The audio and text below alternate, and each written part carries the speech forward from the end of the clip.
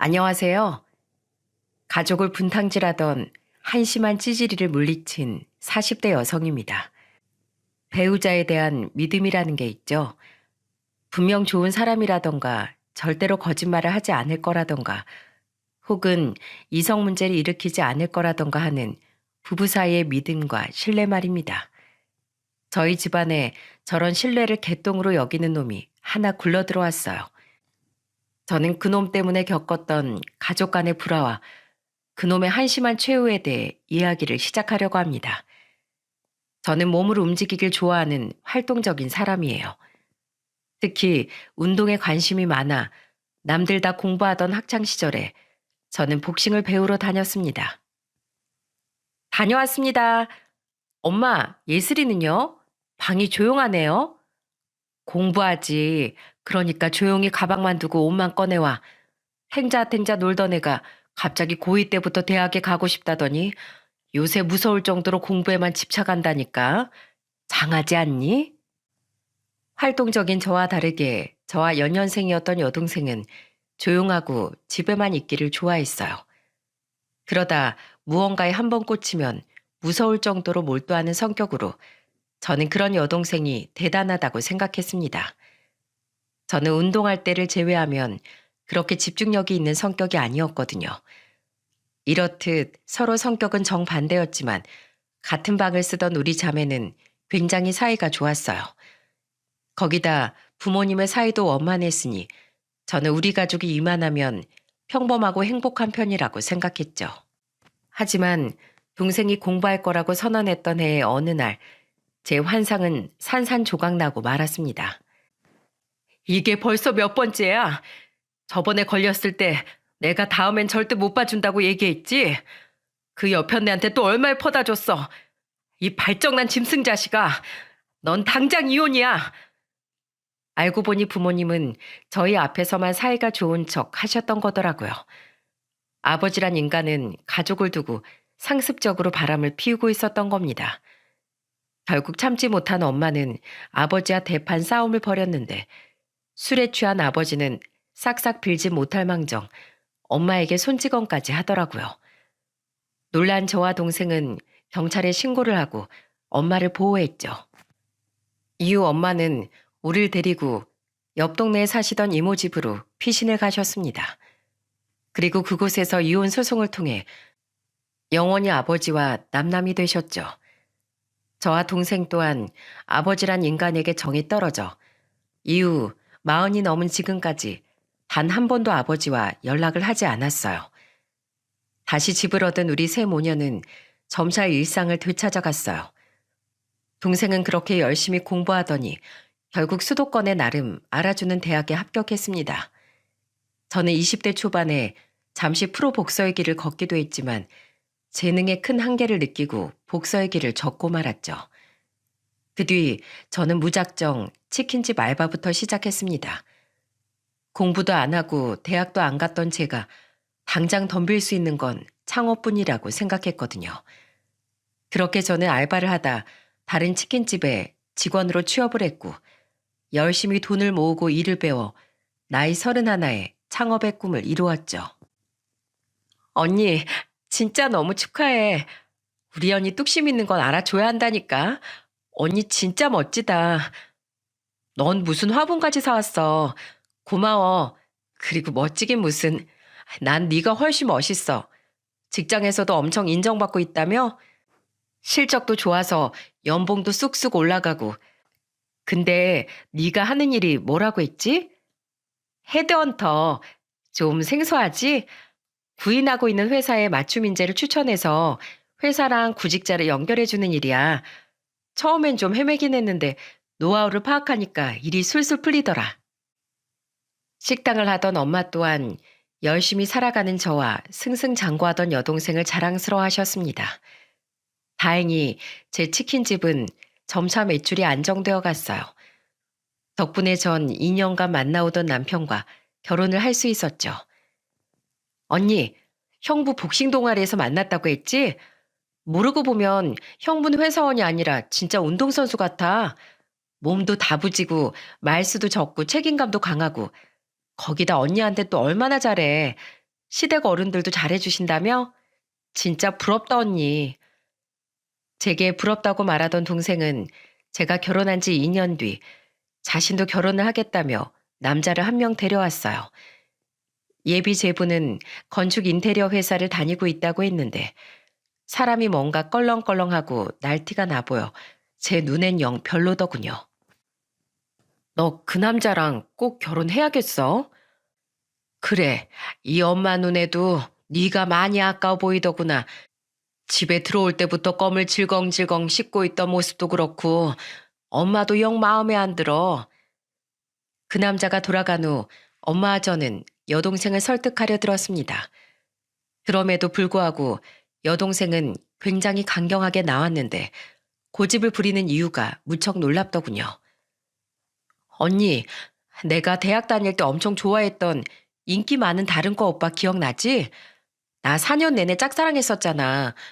그 사람이 바로 그 오빠야. 우연히 대학 친구 만나러 간 모임 자리에서 다시 만났어. 내가 그 오빠 진짜 많이 좋아했던 거 알지? 그런 사람이랑 결혼할 수 있는 꿈 같은 기회 나 정말 놓치고 싶지 않아. 엄마, 저 그 사람 아니면 평생 결혼 안 할래요. 그 사람 놓치면 저 진짜 엄마랑 언니 원망할지도 몰라요. 그러니까 제발 허락해 주세요. 네? 여동생의 간절한 부탁에 하는 수 없이 엄마는 결혼을 승낙해 주셨어요. 결혼 후 제부가 동생에게 하는 행동을 보니 동생이 왜 그렇게 홀라당 빠졌는지 알긴 하겠더군요. 여러분, 소위 말하는 나쁜 남자에 대해 아시나요? 평소엔 츤데레처럼 굴다가도 한 번씩 잘해줘서 여자를 오히려 감동시킨다는 부류 말입니다. 제부는 딱 그런 타입이었는데 원래도 제부를 좋아했던 동생이니 동생은 아예 제부를 무슨 왕마냥 떠받들고 살더라고요. 그뿐이면 좋았겠지만 문제는 제부가 정말 인간 대 인간으로 마음에 들지 않는 사람이었다는 거예요. 어련히 동생이 좋은 사람 골랐겠거니 했던 엄마의 예상은 명확히 빗나갔던 거죠. 우선 제부는 술을 굉장히 좋아했는데 술버릇 또한 개차반이었습니다. 고함을 지르고 조롱 섞인 말을 내뱉는 등 주로 저급한 표현을 많이 하더라고요.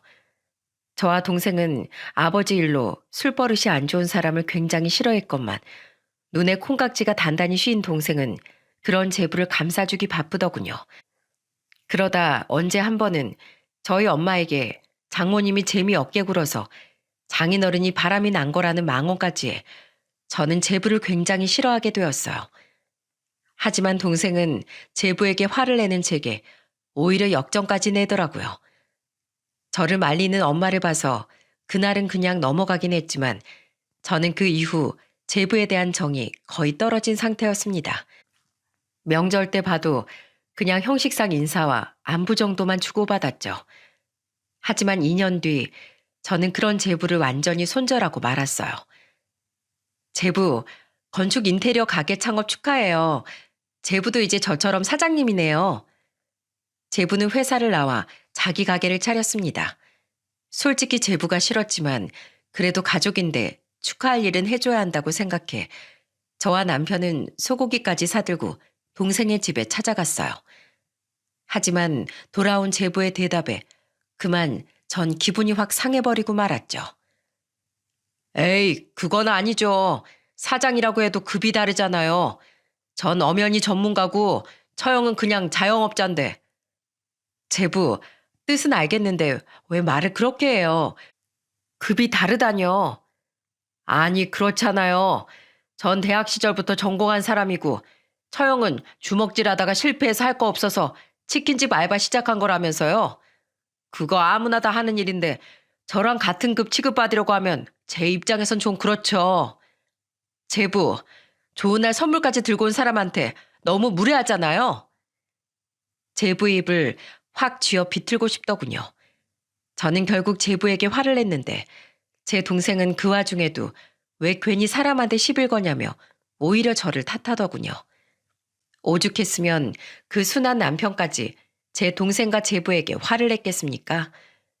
하지만 제 동생은 끝까지 자기 남편만 감싸고 돌았고 화가 난 전 들고 간 소고기를 도로 들고 그 집을 나와버렸죠. 그날 이후 저는 동생과 제부를 일절 만나지 않았습니다. 심지어 명절에도 동생 오는 시간을 일부러 피해서 가곤 했어요. 엄마는 굉장히 속상해 하셨지만 제게 사정을 들으셨던지라 차마 화해를 종용하지도 못하셨죠. 그렇게 서로 불편한 관계로 남은 우리 가족의 시간은 계속해서 흘러갔습니다. 그런데 또다시 2년 뒤, 잠시 동생 생각은 접어들 정도의 큰일이 저희 집에 불어닥치고 말았어요. 바로 남편이 다니던 중견기업의 사정이 어려워져 희망퇴직을 당하고 만 겁니다. 미안해, 여보. 나도 어떻게든 버텨보려고 했는데 회사에서 압박이 너무 심했어. 우리 아파트 산 지도 얼마 안 돼서 대출금이 산더미인데 정말 미안해. 괜찮아. 그동안 고생 많았네, 우리 남편. 취직이야 다시 하면 되지.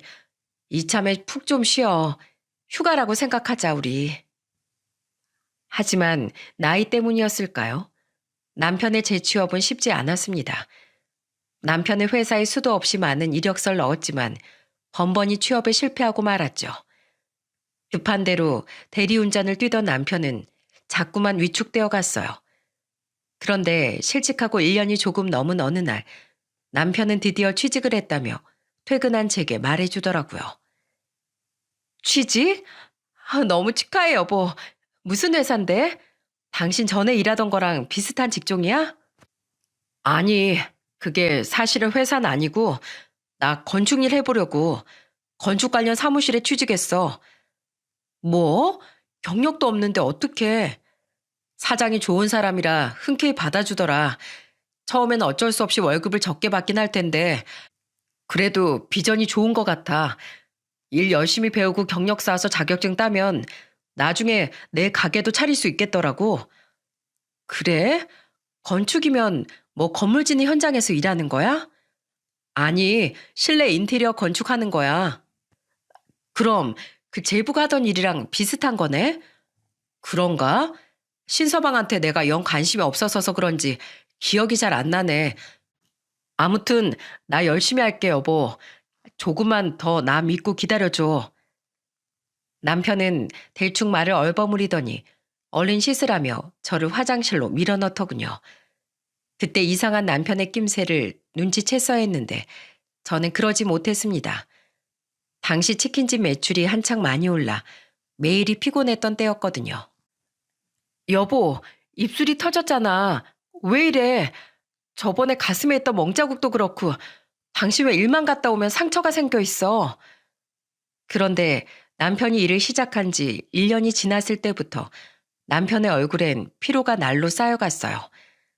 게다가 자꾸 얼굴과 몸에 상처가 생긴 채 돌아오더군요. 처음엔 어디서 부딪혔나 싶어 넘어갔는데 자꾸만 이러니 너무 이상한 겁니다. 남편은 걱정으로 가득한 저를 보며 아무렇지도 않게 대답했어요.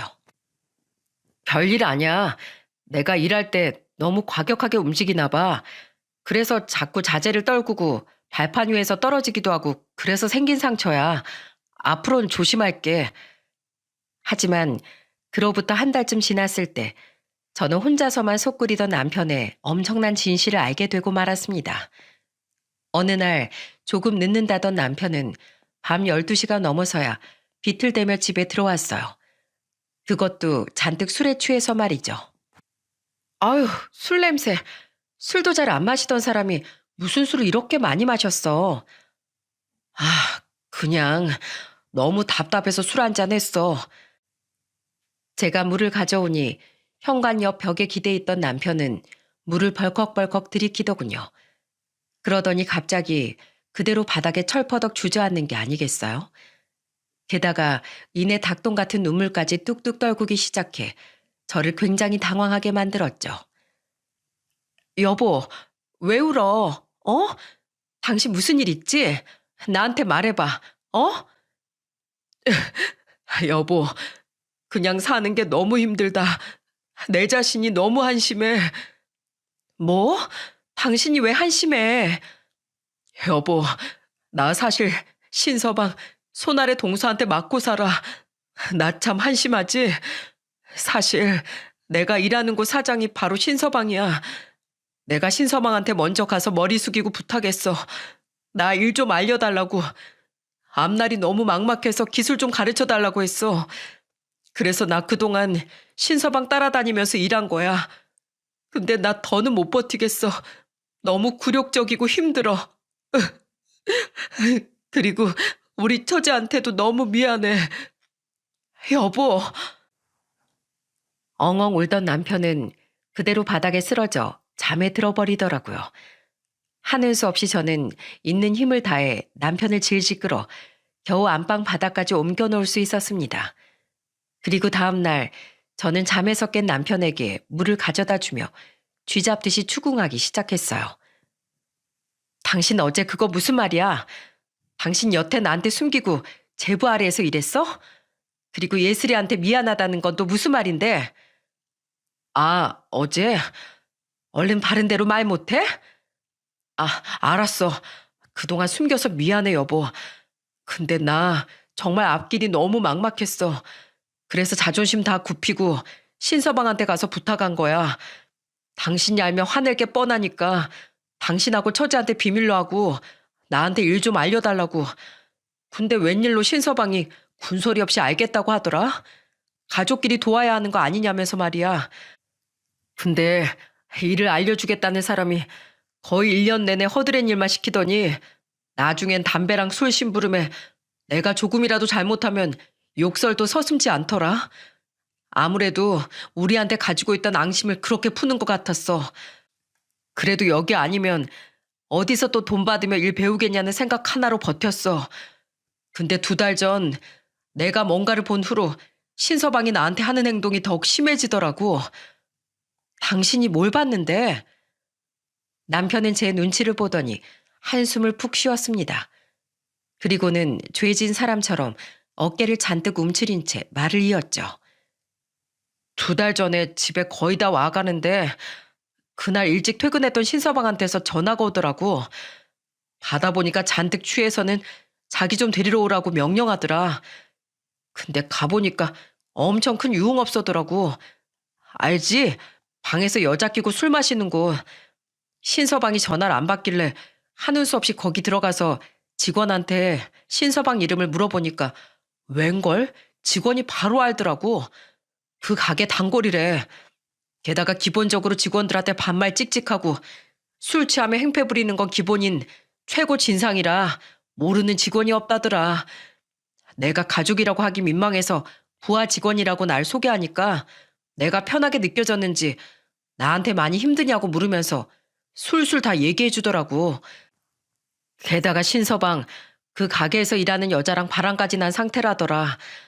그날도 그 여자가 신서방이 있던 룸에 들어가 있었고 근데 그새 술이 깬 건지 내가 그 룸에 들어가니까 신서방이 당황하더라. 그리고는 자기 휴대폰 통화 목록을 보면서 내가 미쳤지 막 이러고 혼잣말 하는데 딱 보니까 술이 너무 취해서 나한테 실수한 것 같더라고. 그래도 내가 명색이 가족인데 바람 피우는 모습을 들켰으니 말이야. 그리고 자긴 택시 타고 가겠다면서 황급히 날 두고 그냥 나가버렸어. 뭐? 당신 그걸 왜 여태 얘기를 안 했어? 아무리 미워도 내 동생 일인데 알았으면 내가 진즉에 가만 안 뒀지. 나도 처음에 그러려고 했지. 근데 처젠 그놈이 뭐라고 한 건지 내 전화 받지도 않고 문자도 안 읽는 것 같더라. 아예 차단한 것 같아. 집까지 찾아가서 말할까 했는데 곰곰이 생각해보니까 그러다 처제한테 큰일 나면 어쩌나 싶더라고. 당신도 알지? 처제가 신서방 얼마나 끔찍이 좋아하는지. 그렇게 좋아하던 당신이랑 척을 질 정도로 말이야. 게다가 자기 아버지 때문에 바람이라면 치를 떠는 사람인데 그것도 술집 여자랑 바람난 거 알면 처제가 얼마나 상처를 받겠어. 처제가 어떤 사람인지 아니까 혹시 사실을 알면 극단적 선택이라도 할까 너무 걱정이 돼서 내가 잠깐 판단력이 흐려진 거야. 난 바보같이 우선 신서방 마음을 돌려보려고 했어. 제발 처제를 생각해서 마음 다잡으라고 말이야. 난 계속 신서방을 설득했는데 신서방은 오히려 배째라식으로 나오더라고. 혹시 처제한테 얘기할 생각이면 그만두래. 내가 처제한테 얘기하면 처제가 받을 상처는 생각해봤냐면서 자긴 그럼 딸들이고 뭐고 처제 그냥 버려버릴 거라고 날 오히려 겁박했어. 자기도 처제가 자기를 얼마나 좋아하는지 알았던 거지. 그래도 내가 이건 안 된다. 끝까지 이러면 나도 처제 찾아가서 얘기하겠다고 하니까 금방 정리할 거라고 하대. 그래서 그럼 헤어졌다는 증거로 문자라도 보여달라고 하니까 기다리라면서 시간을 질질 끌더라고. 근데 그 뒤로 일하면서 다른 직원들 앞에서 나를 더 막대하기 시작하는 거야. 그러더니 나중엔 얼굴을 툭툭 치고 내가 실수 하나 했다고 자기 가게 말아먹게 할 일 있냐면서 내 뺨까지 쳤어. 일 똑바로 하라면서 가슴팍을 주먹으로 내려치는 건 기본이었지. 쫓겨나고 싶냐고. 꼬우면 그만두라면서. 근데 처제 일이 해결된 것도 아니고 아직 집에 갚아야 할 대출금도 산더미라 무작정 일을 그만둘 수가 없었어. 그렇게 겨우겨우 버티면서 언제 헤어질 거냐고 계속 물었더니 나중엔 그러니까 네가 해고나 당하는 거라고 난 실패한 인생이라면서 모욕도 서슴지 않더라. 2달이나 기다렸지만 신서방 그 여자 정리할 생각 없는 것 같아. 처제가 신서방 일이면 죽고 못 사는 거 아니까 내 선에서 어떻게든 해보려고 했는데 그놈은 구제불능이야. 내가 너무 못난 놈이라 난 그놈한테 기술도 제대로 못 배우고 처제 일도 해결해 주지 못했어. 하긴 동서한테 맞으면서 일하는 한심한 놈이 뭘 할 수 있겠어? 이런 내가 너무 한심하고 처량해서 어젠 도저히 술을 안 마시고 들어갈 수가 없더라. 그동안 숨겨서 이런 못난 놈이라 너무 미안해 여보. 남편은 끝내 눈물을 보였습니다. 사람 자존감이라는 게 깎이기 시작하면 사람을 이렇게 작아지게 할 수도 있다는 걸 저는 그날 알게 되었죠. 저는 남편이 안쓰러워 남편을 안아주었어요. 이 바보야, 내가 말했지? 당신 절대 못난 사람 아니라고. 당신은 나름대로 가족을 위해 어떻게든 버티려고 애쓴 거잖아. 그리고 내 동생을 위해서 최선을 다해줬잖아. 당신이 괴로웠던 건 당신이 너무 책임감 강하고 착한 사람이었기 때문이야. 여보, 어떻게 사람이 항상 승승장구만 할 수 있겠어. 그동안은 잠시 당신 인생에 비바람이 몰아치는 시간이었던 거야. 맞은 빗물이야. 말리고 털어버리면 그만이잖아. 그 일 당장 때려치워. 그리고 우리 다시 시작하자. 정 안 되면 내 치킨집에서 같이 일해도 되고. 어? 우리 남편 이렇게 든든한 아내가 버티고 있는데 뭐가 무섭고 두려워. 걱정할 거 아무것도 없어. 그리고 당신 혼자 힘들어할 동안 내가 미처 몰라줘서 정말 미안해. 당신이 그렇게까지 내몰리게 해서 그것도 정말 미안해. 아니야. 내가 더 미안해 여보. 남편과 한참을 끌어안고 울다 보니 슬슬 부하가 치밀어 오르더군요. 감히 제 남편을 그렇게 무시하고 손직원까지 한 것도 모자라 자기에게 헌신했던 제 동생을 두고 바람까지 피워요? 여보, 어디가? 그놈 잡아 족치러. 같이 가. 당신 혼자 가서 뭘 어쩌려고 그래. 현준아, 일어났지? 식탁 위에 빵 있더라. 그거 챙겨 먹고 집 잘 보고 있어? 9살이면 혼자 밥 먹을 수 있지? 아빠, 엄마랑 같이 좀 나갔다 올게. 남편은 그 와중에 아들을 챙기며 서둘러 옷을 입고 제 뒤를 따라 나왔습니다. 분노에 흔들질을 하며 동생 집에 도착한 저는 초인종을 눌려댔어요. 주말 오전이라 그런지 동생은 부스스한 머리로 문을 열더군요. 그리고는 거의 4년 만에 보는 제 얼굴을 보고 굉장히 놀란 표정을 지었죠. 언니, 갑자기 주말에 여긴 무슨 일이야? 어머, 언니! 넌 비켜. 제부, 좀 나와봐요. 어? 처영, 형님도 오셨네? 저는 동생을 마구 밀치고는 집 안으로 들어갔습니다. 거실에 마찬가지로 머리에 새집이 지어져 있던 제부가 저와 남편을 맞았죠. 제부는 제 남편을 흘끔 올려다보더니 이내 최대한 아무렇지 않은 척 제게 웃어 보이더군요. 저와 제 남편 뒤를 따라 들어온 동생은 제 어깨를 잡고 화를 냈는데 저는 그런 동생에게 이렇게 말하곤 제부에게 응징을 하기 시작했어요. 제가 어떻게 응징을 했냐면 말이죠. 나, 오늘 나 아무도 못 말리니까 너희 애들 아직 방에서 자니? 여보, 애들한테 방에서 나오지 말라고 말 좀 해줘. 언니, 대체 이게 무슨, 여보, 처형! 저는 냅다 제부의 머리채를 잡고 뒤로 꺾었어요. 놀란 여동생은 제 팔을 붙잡으려고 했지만 저는 망설이지 않고 그놈의 얼굴이며 몸이며 할 것 없이 냅다 곤죽을 만들기 시작했습니다. 기억하시나요? 저 나름대로 프로선수 활동까지 한 복싱 선수였다는 것 말이죠. 언니, 미쳤어? 그만두지 못해? 나 경찰에 신고할 거야. 신고? 해! 제부, 그거 알아요? 그동안 제부가 우리 남편한테 손찌검한 거 우리 다 증거로 가지고 있어요. 진단서도 다 떼놨는데 몰랐죠? 거기다 그동안 제부가 제 남편 모욕했던 것들 다 녹음도 해놨어요. 어디 한번 내 동생한테 신고해 보라고 하세요. 그럼 우리도 2달간 제부가 제 남편한테 한 행동들, 폭행 모욕죄, 직장 내 괴롭힘으로 다 고소해버릴 거니까. 야, 김예슬.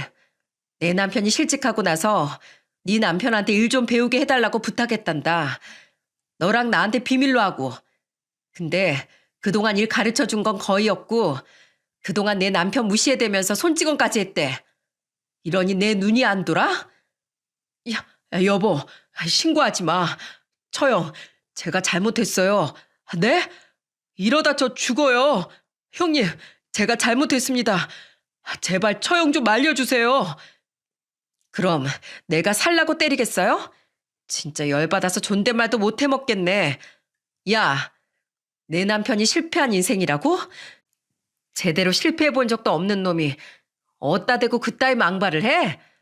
나도 실패해봤어. 그게 뭐? 실패하면 다시 일어서면 그만이야. 근데 니까짓 게 뭔데? 내 남편 자존심을 깎아먹으면서까지 손까지 올려? 너 그렇게 좋아하는 손찌검 오늘 나한테 실컷 당해봐라. 그놈은 결국 무릎까지 꿇고 저와 남편에게 싹싹 빌더군요. 사실 증거가 있다는 말은 다 거짓말이었어요. 제 남편 그렇게 야근 행동 못하는 사람이거든요. 하지만 제법 그럴싸한 말에다가 제가 당당하게 나오니 그놈은 깜빡 속아 넘어간 겁니다. 언니, 뭐가 됐든 말로 해. 언니 깡패야? 내 남편 놓으라고. 여동생은 저를 떼어누려 제 팔뚝을 세게 물어버리더군요. 저는 쌍코피가 터진 제부의 머리채를 바닥으로 팽개쳤고 뒤이어 그동안 차마 하지 못했던 행동을 동생에게 저질러버리고 말았습니다. 저는 손을 높게 들어올려 그대로 동생의 뺨을 후려쳤어요. 동생은 그대로 휘청거리며 뒷걸음질 쳤는데 제 남편이 허겁지겁 달려가 그런 동생을 붙잡아 주더군요. 저는 충격받은 동생을 두 눈 부릅뜨고 바라보며 진심으로 화를 냈습니다. 너 진짜 정신 안 차릴래? 어디 남자에 빠져서 똥오줌 못 가려? 야, 너 네 남편 바람난 건 알고 있냐?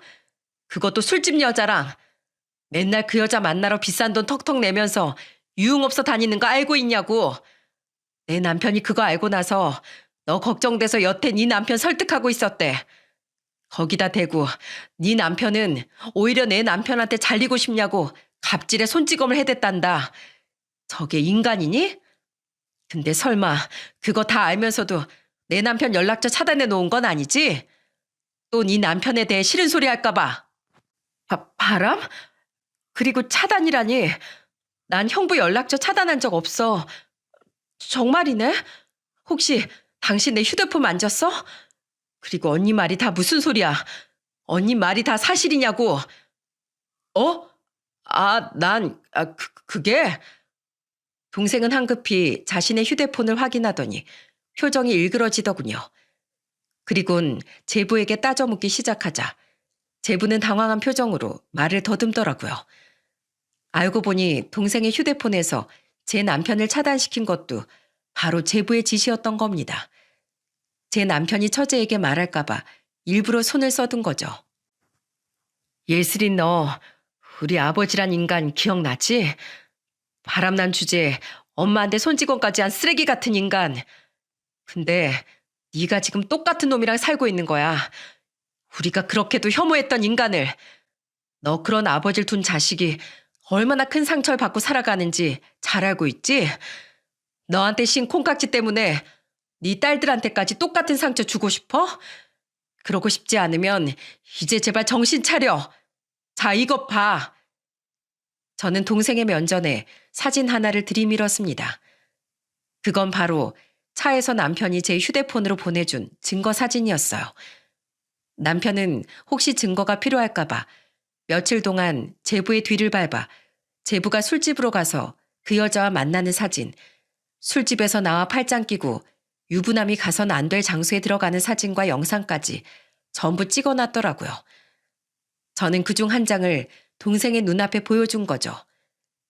증거를 본 동생은 그야말로 눈이 돌아버리더군요. 내가 당신한테 어떻게 했는데 감히 날 두고 바람을 피워? 여보, 아! 눈물을 뚝뚝 흘리던 동생은 엉거주춤하게 서 있던 제부의 뺨을 세차게 날려버렸습니다. 자기 말엔 꼼짝도 못하던 동생이 자신에게 그런 짓을 하니 제부는 놀라고 당황한 표정을 숨기지 못하더라고요. 그래도 여전히 제 동생을 만만하게 봤는지 제부는 제 동생에게 자신도 손을 올리려고 하더군요. 하지만 제부의 행동은 한 사람의 제지로 인해 꼼짝없이 막히고 말았죠. 이거 안 놔요, 형님? 어딜 감히 여자한테 손을 올려? 그것도 내 처제한테. 그건 바로 제 남편이었습니다. 여러분들 잠시 잊으셨을지도 모르겠네요. 제 남편 사실 그동안 참아와서 그렇지 그렇게 호락호락한 사람이 아니거든요. 저와 남편이 복싱 동호회에서 만났다는 사실 다들 기억하시죠? 게다가 타고난 힘도 좋아 제부는 제 남편에게 붙잡혀 꼼짝도 못하더군요. 내가 그동안 맞고만 있으니까 호구 같았지? 나한테 함부로 구는 것도 더는 못 참지만 내 아내랑 처제한테 함부로 하는 건 절대 내가 가만 못 있지. 너 그동안 내가 처제 남편이라 처제 생각해서 참고 봐준 거야. 나 복싱 동호회 출신이거든? 집사람 주먹만큼은 못해도 힘 좀 쓰는데 한번 맞아볼래? 네가 그렇게 나한테 해대던 힘자랑 나랑 한번 겨뤄볼래 어디? 형이 그게요. 제가 그동안 좀 너무 건방졌죠? 죄송합니다. 죄송하면 당장 이 집에서 꺼져. 발도 안 보이게 뛰어서 꺼지라고. 남편은 제 동생에게 손을 올린 그놈에게 단단히 화가 난 모양이더군요. 자신이 그토록 손찌검을 당할 땐 얌전히 견뎌왔던 사람이 말입니다. 남편의 호통에 그놈은 꽁지가 빠져라 도망을 가더라고요. 그제야 동생은 바닥에 털썩 주저앉아 대성통곡을 하기 시작했죠. 개자식, 내가 그동안 돈 못 벌어와도 가게 월세 다 내주고 시공 이상하게 해서 고소당했을 땐 합의금까지 다 책임져 줬는데 내 언니랑 등까지 돌려가면서 자기 편을 들어줬는데 어떻게 나한테 이럴 수가 있어? 여자의 눈물에 약했던 남편은 제부에게 사납게 굴었던 모습은 온데간데 없이 쭈그려 앉아서 연신 제 동생의 등을 토닥이더군요. 저는 그런 동생의 앞에 앉아 팔을 찰싹찰싹 때렸습니다. 그리고는 저도 눈물을 터뜨리며 잔소리를 퍼부었죠. 이제 정신이 좀 차려져? 내가 진짜 너 때문에 못 살아. 옛날부터 뭐에 하나 꽂히면 아주 옆도 뒤도 안 돌아보고 경주마처럼 달리지.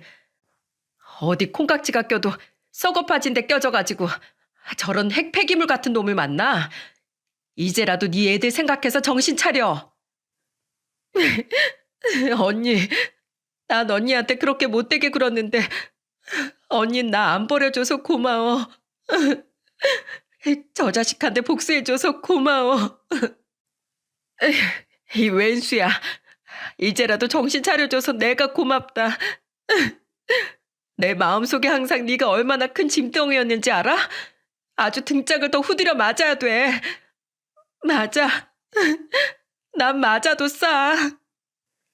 저와 동생은 극적인 화해를 했습니다. 남편은 엉엉 울다 결국 얼싸하는 우리를 보며 눈물을 훔쳤어요. 그리곤 조용히 조카들이 있는 방으로 들어가 겁먹은 조카들을 달래주더군요. 저는 동생과 조카들을 우선 저희 집으로 데려가려고 했지만 동생은 거절했습니다.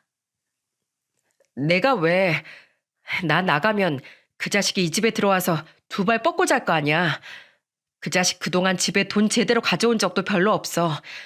맨날 가게가 힘들다더니 그 돈으로 여자나 만나고 다녔단 말이야? 생각할수록 아주 열이 뻗쳐서 미치겠어. 이 집, 온전히 내 돈, 내 대출 다 껴서 산 내 집이야.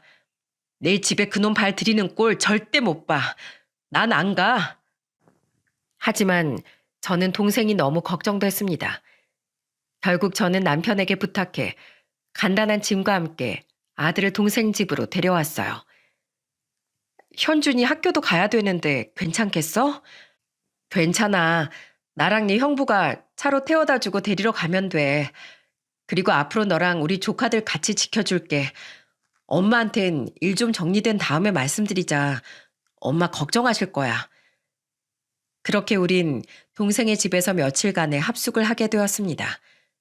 더 이상 그놈 밑으로 출근하지 않게 된 남편은 밤마다 대리운전을 뛰러갔고 저는 직원들에게 가게를 맡긴 채 동생의 옆에 꼭 붙어 있었죠. 그동안 동생은 휴가를 쓰고 변호사를 알아봐 이혼 소송을 준비했어요. 그리고 아니나 다를까 3일 뒤 남편과 동생과 함께 집에 있는데 도어락을 누르는 소리가 들리더라고요. 이 집 도어락을 누를 사람이 누가 있었겠습니까? 하지만 이미 우리가 비밀번호를 바꿔놓은 뒤라 제부는 계속해서 집에 들어오지 못하고 도어락만 눌러댔어요. 결국 승질이 났는지 제부는 문을 발로 뻥뻥 차대며 소리를 지르더군요. 당신 퇴근했지? 집에 있을 시간이잖아. 얼른 문 열어. 그땐 처형하고 형님 믿고 잘도 내 뺨을 쳤겠다. 당신이 나 없이 살 수 있을 것 같아? 들어가서 얘기해. 내가 당신이 싹싹 빌면 한 번은 용서해 줄 테니까. 나오라고. 나왔다. 어쩔래? 동생은 현관문을 벌컥 열어젖히고 그놈을 노려보더군요.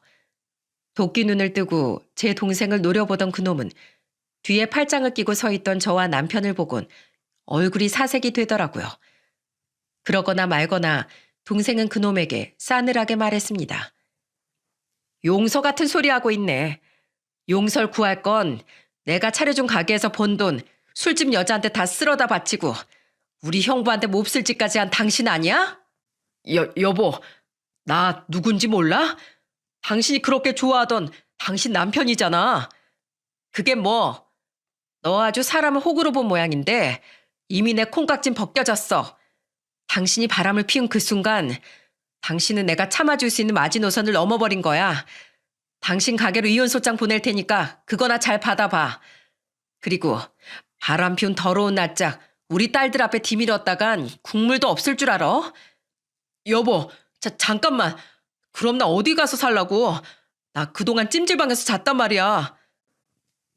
그놈은 끝까지 겁박을 하고 동자혼신까지 유발하며 제 동생에게 매달리더군요. 저는 그 뒤에서 주먹을 뚝뚝 꺾으며 말했습니다. 네가 그렇게 좋아하던 그 술집 여자한테 재워달라고 하던가. 왜 엄한 데 와서 행패야? 아직 덜 맞았지? 우리 다시 푸닥거리 한번 할까? 그제야 그놈은 뒤도 돌아보지 않고 잽싸게 내빼더군요. 전형적인 강약 약강에 아주 찌질하고 한심한 놈이었죠. 이후 동생은 남편이 찍은 외도 증거들과 그놈이 생활비를 거의 보태지 않은 점, 자신의 유흥생활에 돈을 흥청망청 쓰고 다닌 점들을 모두 이용해 본격적인 이혼 소송을 걸었습니다. 예상은 했지만 그동안 동생은 거의 그놈을 먹여 살리고 있었더군요. 그리고 덕분에 그놈은 재산 분할을 제대로 받지도 못하고 오히려 동생에게 위자료까지 토해내며 이혼을 당하고 말았죠. 게다가 알고 보니 그놈은 술집 여자에게 철저히 손님으로서 돈만 뜯긴 더더욱 한심한 놈이더라고요. 바람도 뭣도 아니고 자신 또한 그저 호구였던 거죠. 또한 저는 그놈을 모욕이든 뭐든 고소하려고 했는데 남편은 그런 저를 말렸습니다. 왜 말려?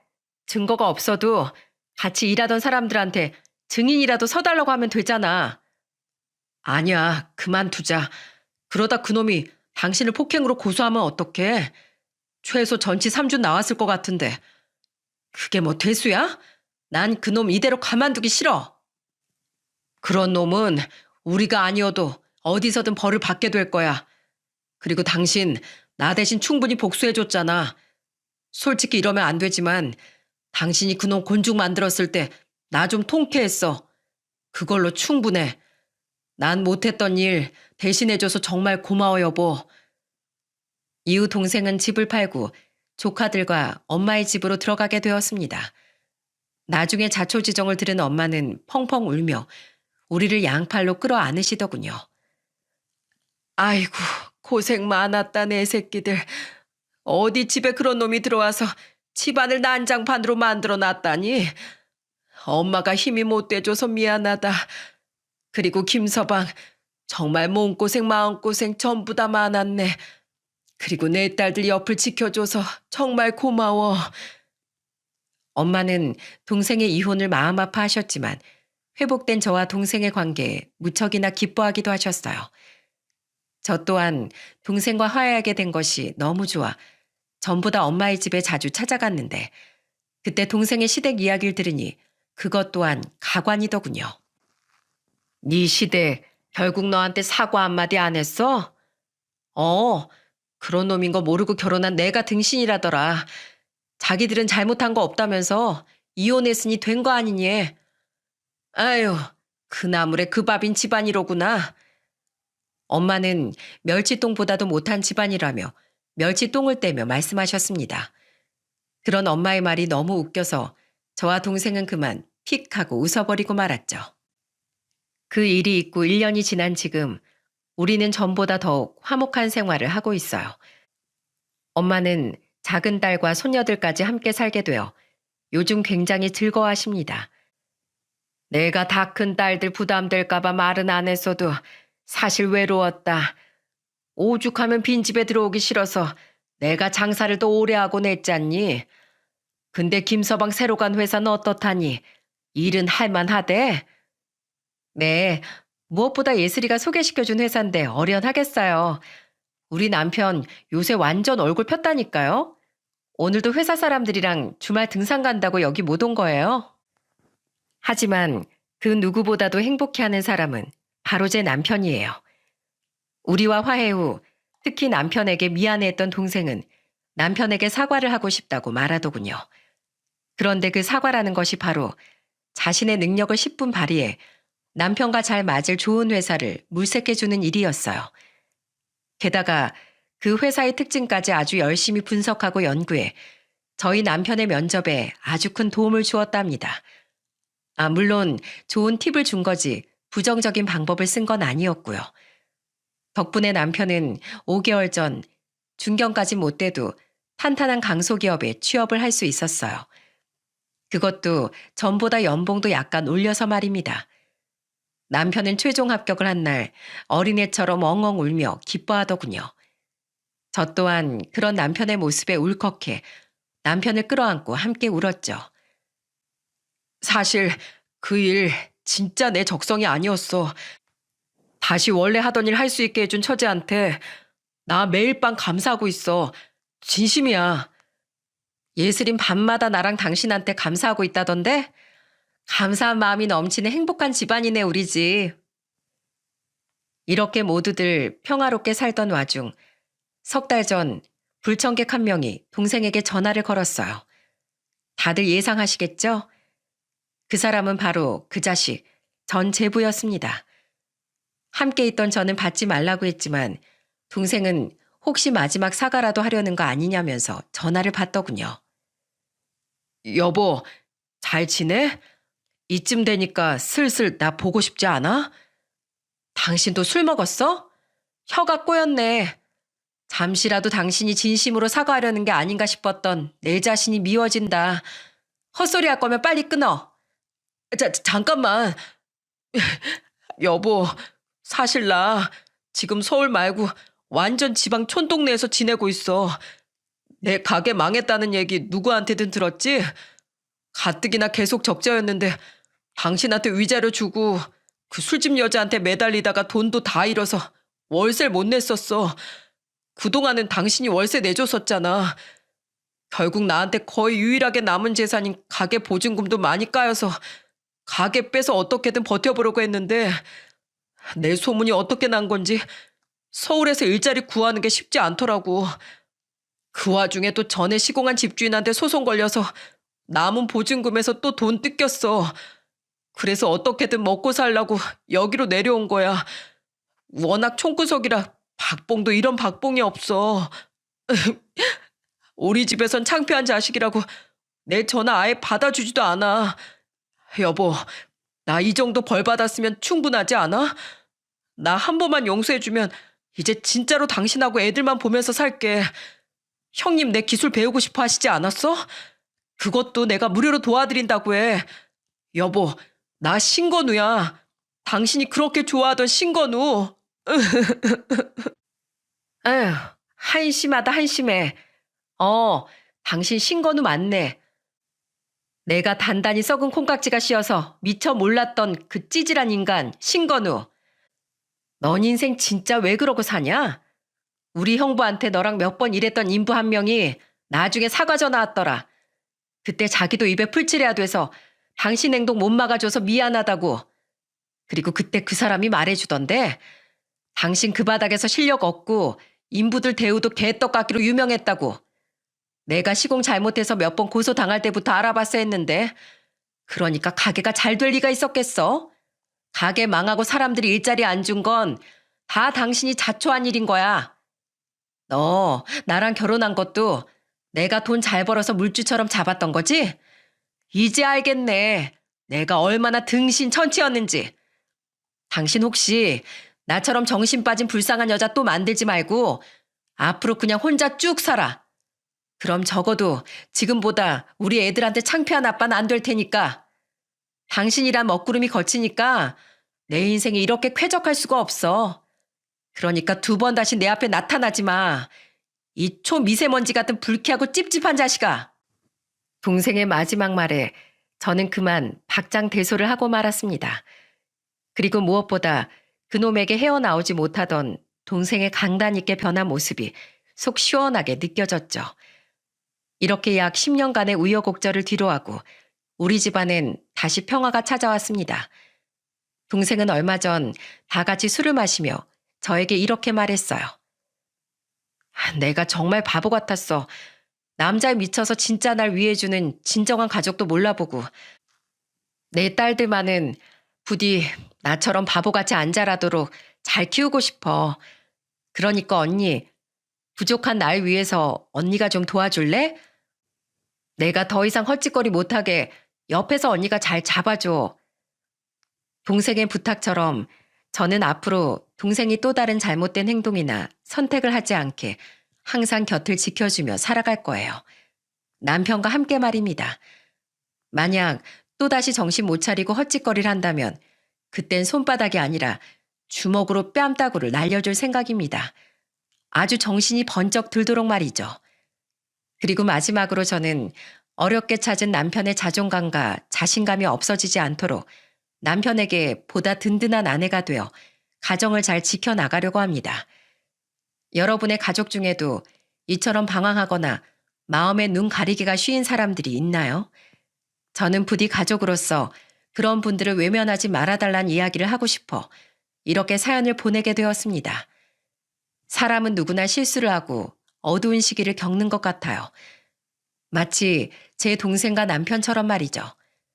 하지만 그런 이들이 길을 오래 헤매지 않도록 항상 돌아올 자리를 남겨두는 것이 바로 가족의 역할이 아닐까 저는 생각해요.